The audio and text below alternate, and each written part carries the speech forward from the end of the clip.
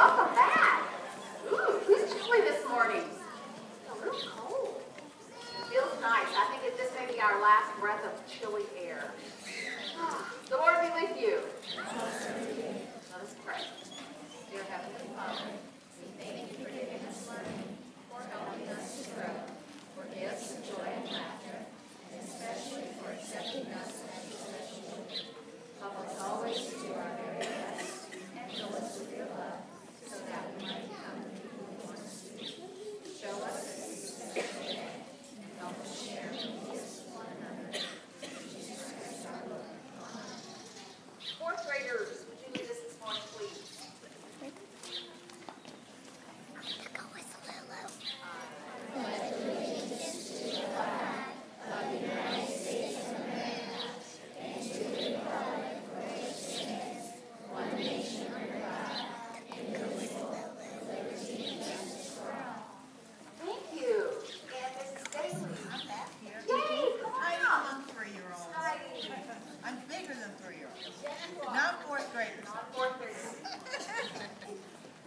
Why is a bunny so shiny? I'll tell you the answer, my friend. Oh, why is a bunny so shiny? Its powder puts on the wrong end. Wrong end, wrong end. Its powder puts on the wrong end. Wrong end, wrong end, wrong end. Its powder puts on the wrong end. You don't get that song every day. That's right. Thank you so much. Awesome. I hear we have some very good news from Coach Moore. So, Coach Moore, can you come out and share that with us, please? Yeah, get out. I think the kiddos, come out, or children. I think they're carrying the goods. Are we okay? Yes. Okay, turn around. So this weekend, the varsity softball team went to this amazing softball tournament called the Kissimmee Classic. And Miss Moore, get out here. Come here, Coach. Come on out. All right. So the Kissimmee Classic. Yes, it's a very big softball tournament, the premier softball tournament in the state of Florida. If you have the opportunity, we're on TV Thursday night, 4 o'clock, and they do replay it on Channel 47. And our young ladies were able to defeat East River Orlando, which is a 6A high school that were ranked in the state by point of 4-3. After that game, we went on to play the number 6 ranked team in the whole nation. Unfortunately, we did not succeed in that win, but we fought hard through the rain. It was raining sideways on us. And then we moved up and we beat the number 1 team in 8A, which is the largest division of schools, 9-0. Yeah, we kind of got our heads straight after the loss.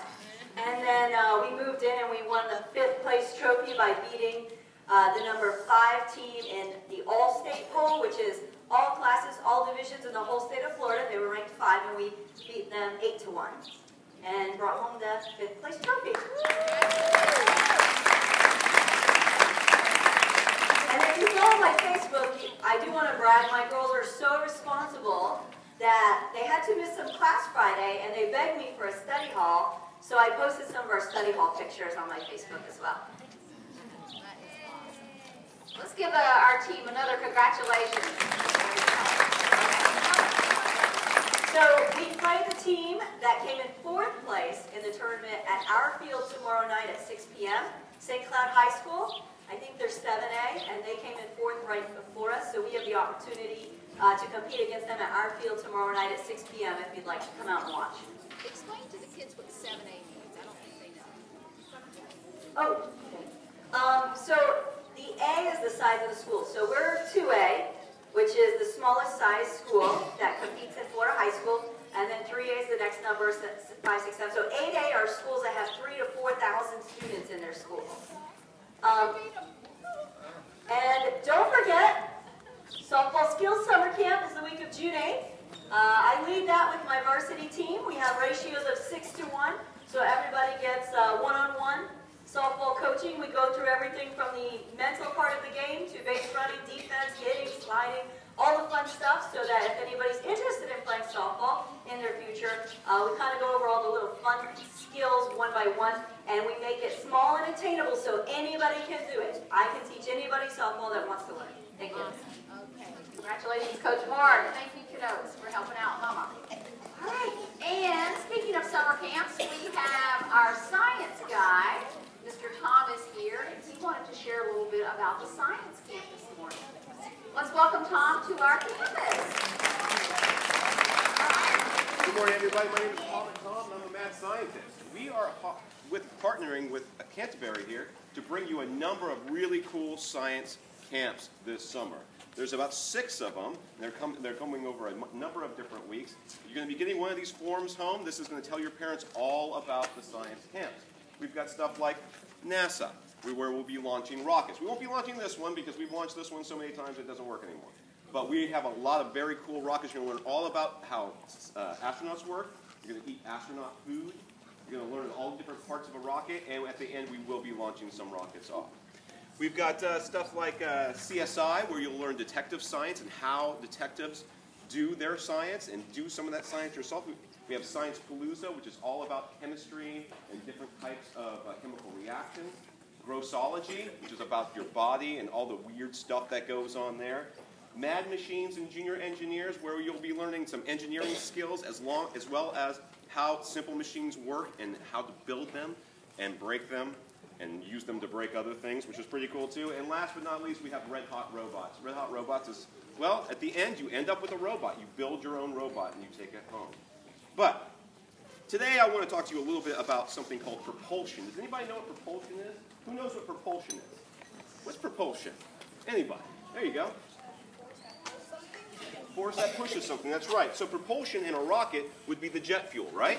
That would be the part at the bottom that shoots it up in the air. I've got a little mini rocket right here, and this one right here, the propulsion is air power. By squeezing the little bulb, the rocket shoots off, okay? That's kind of boring. But I've got some cooler stuff here too that maybe it's a little bit like propulsion. I'm going to show you something and see if anybody can figure out what this is. Does anybody know what these are right here? What's that? What's that? What's that? What kind of candy? What kind of candy is this? What kind of candy is this? Right here. Mint. What kind of candy? Mint. Mentos. Mentos. I have a feeling some of you know what I'm about to do, but I'm going to do it anyway. I'm going to reach in my little bag right here, and I'm going to pull out this. Oh, now we know, right? So what happens when we put Mentos and Diet Coke together? Does anybody know what happens? Volcano. Better than a volcano, huh? Kind of an explosion, right? But does anybody know why that happens? Why does that happen? Why does that happen?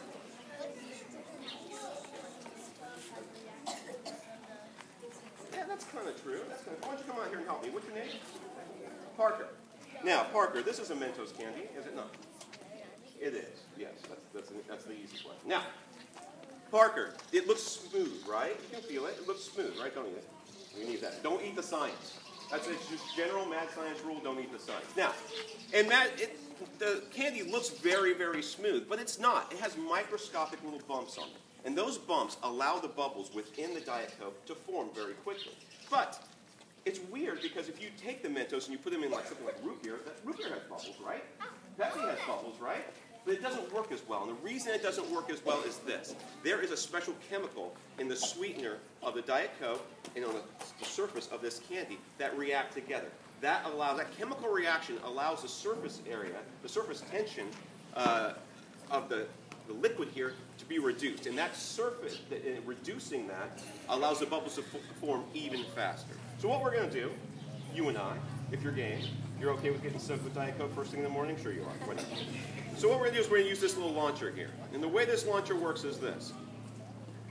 It has a little string, and this string goes to this little crossbeam right here. And the crossbeam holds in the Mentos before they fall down.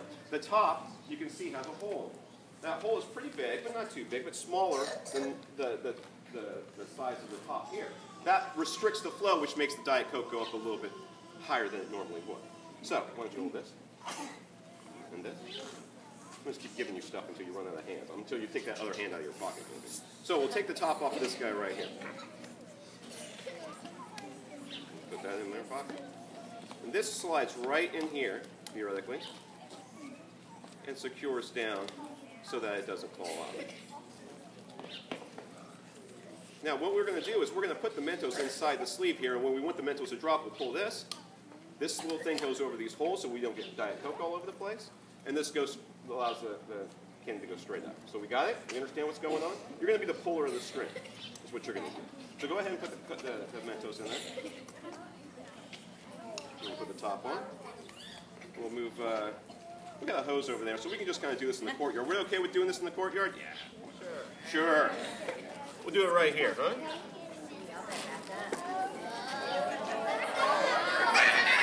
Now all you over there can see, right? If you can't see, make sure you get someplace you can see. Now, Parker, you'll be the puller of the string, all right?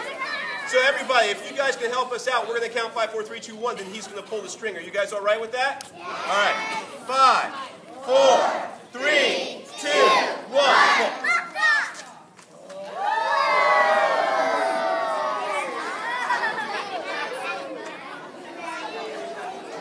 That seemed not like mad science at all, did it? It seemed like normal science. I think that we should kick it up a little bit, and I think we'll do that with something a little bit bigger.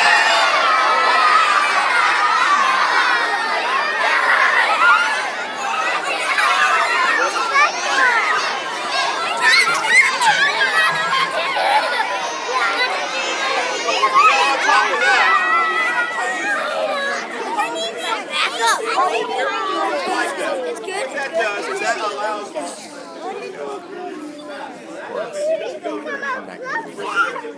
by using these 3 little ones, we'll get a much higher. Right there. Excuse me, guys. Careful. Sit down.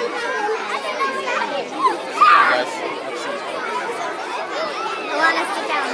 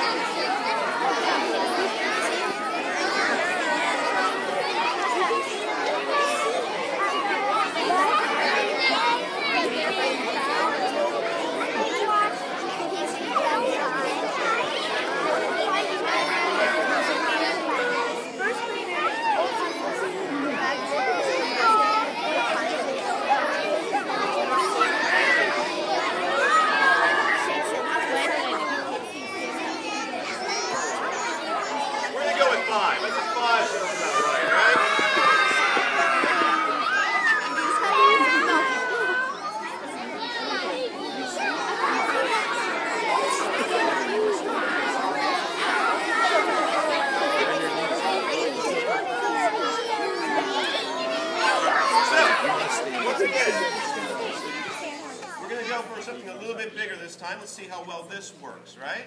Now, remember, you're going to be getting those blue forms home. That's going to tell your parents all about how to sign up for summer camps, when the summer camps are, and the descriptions of all of them so that you can decide which ones you want to do most, okay? If you're into robots, we've got robots. If you want to do NASA stuff, we've got NASA rocket stuff. It's really a lot of fun. You guys can have a blast. So, Parker, one last time. 5, 4, 3, 2, 1.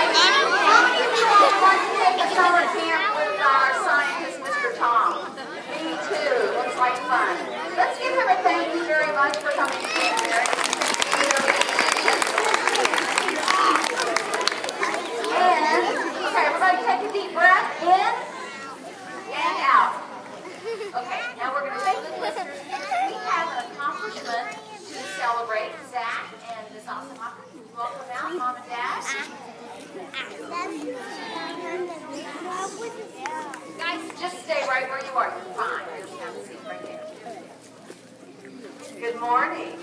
Where's Mrs. Goldsberg? We have a handful of students that have read all 15 Sunshine State books, and now we have one more.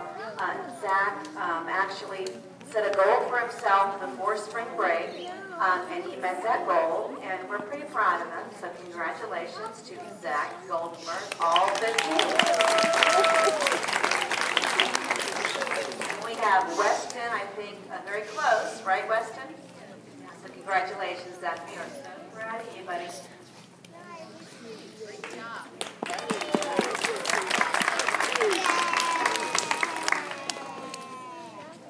One will be good. All right. Congratulations, Zach. That's a huge accomplishment. And this morning, if we have any fourth grade parents that can stay, Ms. Ziatet is here to share with you a little bit about the transition into our middle school program up in the library right after flag. So I think what We have one accomplishment. we have an accomplishment. Please come out. Come on. My ID. All right, introduce yourself.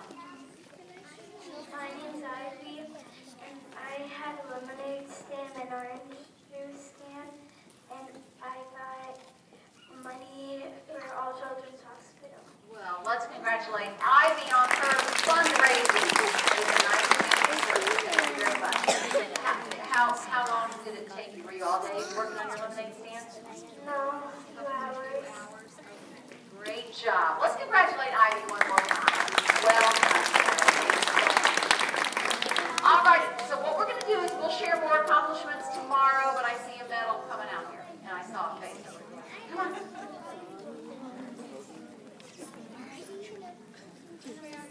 Introduce yourself. I went to the salad race and I was in 3rd place. Okay, now introduce yourself first. I'm Nick. My name is Roman. Okay, this is Roman, and tell him again now. I went to my salad race and I was in 3rd place. 3rd place in your race. Let's congratulate him this morning. Well done. That's awesome. Good job. All right. Let's all stand up and let's finish with our honor token. Bailey? Oh, wait a minute. Sit back down. I had one more thing on my list. 3rd graders. We have been working on the egg drop, right? So we have to share that. Oh, come on out, Miss Jones. I almost left that out. This is really cool. 4th graders, do you remember your egg drop? Yes. All right.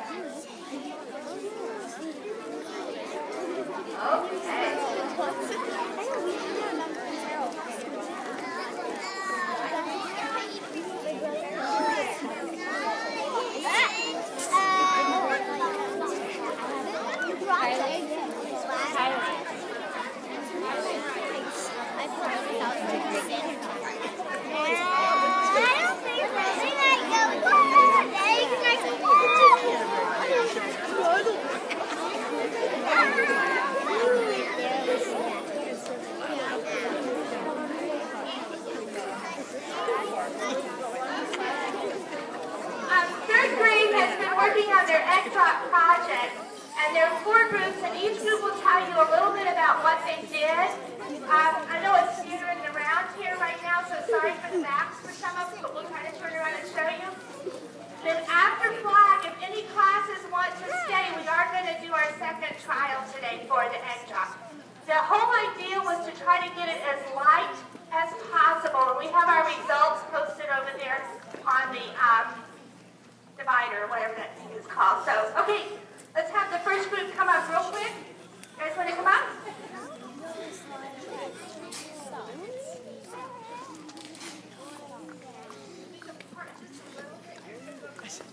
All right, whatever group you are. You guys are the what? Sacrifice group, is that what you call yourself? Is that right? The boys did that, okay. All right, tell us what you did, and then what did you do the first time?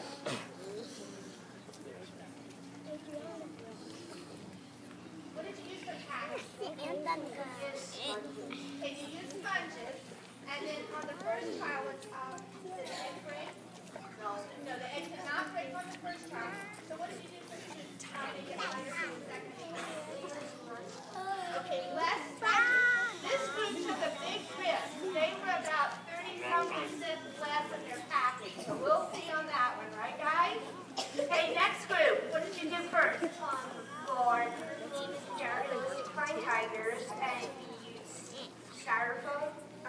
styrofoam the first time. Did it break? No. Okay, what'd you do to make it lighter for the second time? Put holes in the styrofoam. Okay, so they carved out some of the styrofoam, so there's not quite as much in there, right? Okay, good job. We're going to test that out in a minute. This group, what'd you do the first time? Use fuzz. Use fuzz. Okay, fiber fills is the best thing we can find for fuzz. And what happened on the first time? I didn't break. It did not break. And then what'd you do for the second pile? Well, I have to be honest here. This group only took out a tiny, tiny bit, but what they did do differently was use a different tape. Was that right? So they're kind of testing the tape more than the packing part on this one. So what kind of tape did you use on the second one? What did you use on the first one? Duct tape. So they're kind of testing out tape on this one. All right, last group. What did you do the first time? A lot of blankets. And what did you do on this time? Okay, this group again took a huge risk. I think they had about a 30-some% less packing. So we're going to just